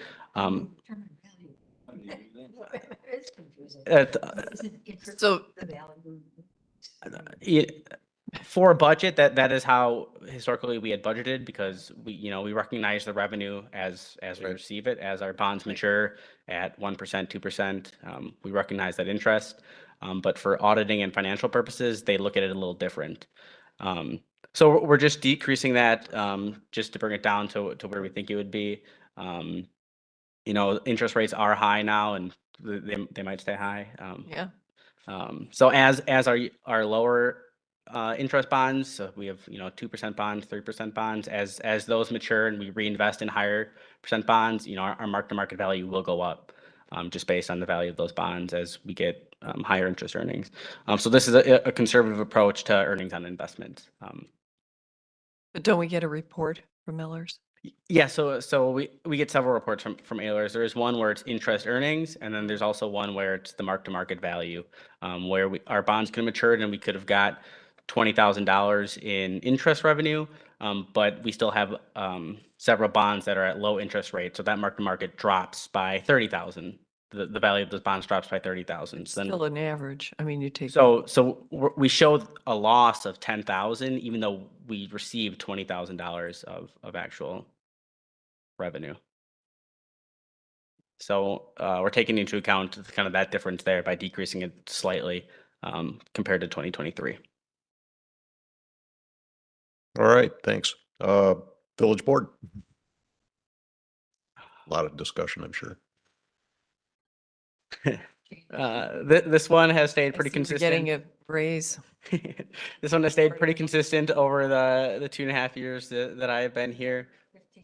I increased, salaries slightly, $400, just to get it to a round even number. It's somewhere between 41,600 and 42,000. So I just bumped that up there, and then the fringe benefits calculated for that. The biggest expense outside of salaries and benefits in the village board budget is the 60,000 allocated for legal services, and that is legal services, and that has stayed relatively consistent. Right. As we had talked about in last year's budget, the actual shift from year to year, there was a couple of years where they were low in like the 30s and 40,000s. There are years where they're high in the 90s, 100,000. So we have historically budgeted at roughly $60,000. Why isn't that just a separate line item? It's a. It is a separate line item. Oh, It is a separate line okay. item. This is a okay. Yep. The summary. Yep. All right. Thank you very much. With that, we'll move on to reports. We'll run through these fairly quick. Any? If I could just interrupt. Oh, yeah, go ahead. Was general government on the? It was not. It was not. Okay, well then you guys don't get to see that one today. Cannot see it, no. Yeah. Yeah, with that, we'll move on to code violations. There's a few included in the packet. Any questions? A question? Yeah, I have a quick question. The last item, do you have it up? Yeah, the last item, this one. Mm-hmm. Were there any Pelham Road? were there any fines associated with that? Which one? The last I item. don't see. The violation? Yes, Yeah. violations. What I understand, well, I haven't talked to Jeff in regards to, but I don't think so. We tried to, Jeff has always mentioned to me. It's a Jeff has very always long mentioned to me process. that we want to try to process this out Yeah. and eventually get it. I think the last one we had was in regard to a property on Fry Staff. I'll leave it go as that. We can get a follow-up from Yes, Jeff Retzloff on that, though. Okay. thank you. With that, we'll move on to accounts payable. Any questions on accounts payable distribution journals? No. I don't think we have time. And anything on the, Can I ask one quick question? Sure can. I noticed that there was about a month's of accounts payable. There were like 5 weeks, something, or maybe Safe Built's on there every month for $58,345. I don't know if I never saw it before. Is that a A retainer? retainer or what are we talking about here? And then there was also, I think there's also another one, 24. Oh no, no, just that one. Yep. Is that, It's not a retainer fee, as you all are familiar with. Safe Built gets a percentage of our building permit revenues. So then at the end of the month, they invoice us for their percentage of the revenues. oh, so it So should that- vary. Yeah, it should vary month to month. Okay. And we pay waste management monthly too. Yep, they invoice us monthly for recycling and garbage collection. So there's two. Which is I higher. believe they're on the same invoice. I'd have to go. There's one for 57 thousand and one for 26,000. Okay. So Uh, is the recycling lower? Recycling is, I don't have it in front of me. I believe it's less. Oh, I believe it's half. That's why. they're both Yeah. every 2 weeks. No, garbage is every week, recycle. Oh, that's right. You're right. I'm sorry. Thank you. I forgot when I take out my garbage. All right, that's all I can bug you about right now. Next meeting. Right? Yeah, if I can just make one comment on the Munis report. It's not my all-time favorite report. I'd like to dabble a little bit and maybe shift how it looks. But those negative numbers are correct. The revenues show up as a negative value.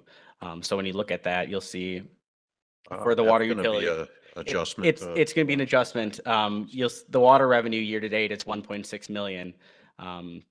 And then and the sewer year to date revenue is just over 2 million. So those negative numbers are correct. It is a shift in how we view it. Mhm.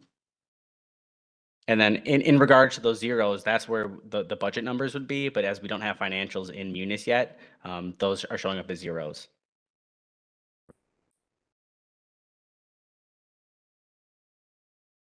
Okay. But what about the other, our basic report in MSI? If there's zeros, then we don't have any activity. Nope. The budget numbers will show up in MSI. The 2023 budget numbers, Right. the actuals will likely show up as zero. Oh, Because we're kind of running on two different systems. The only thing we're doing in Munis is the billing. We're not doing any other financials. So you're just seeing the revenues showing up in Munis, whereas the expenses and the budget is still in MSI. but we're supposed to have the budget in Tyler pretty soon, right? Correct. I think go live will be early October, sometime in October. We plan on going live, where we'll make that transition. Sooner the better. Agreed. All right, our next meeting is, if we stay on the same schedule, would be Monday, September 18th. And based on the length of these things, we may have to move it. 5:30, yeah. Pay attention then. We'll try it, but we may have to move it on a different day if we continue on this process, and we can discuss that later. So with that, we will adjourn the General Government and Finance meeting and give us just a couple minutes to set up for the village board meeting. Again, I apologize for the length of this. We had a really long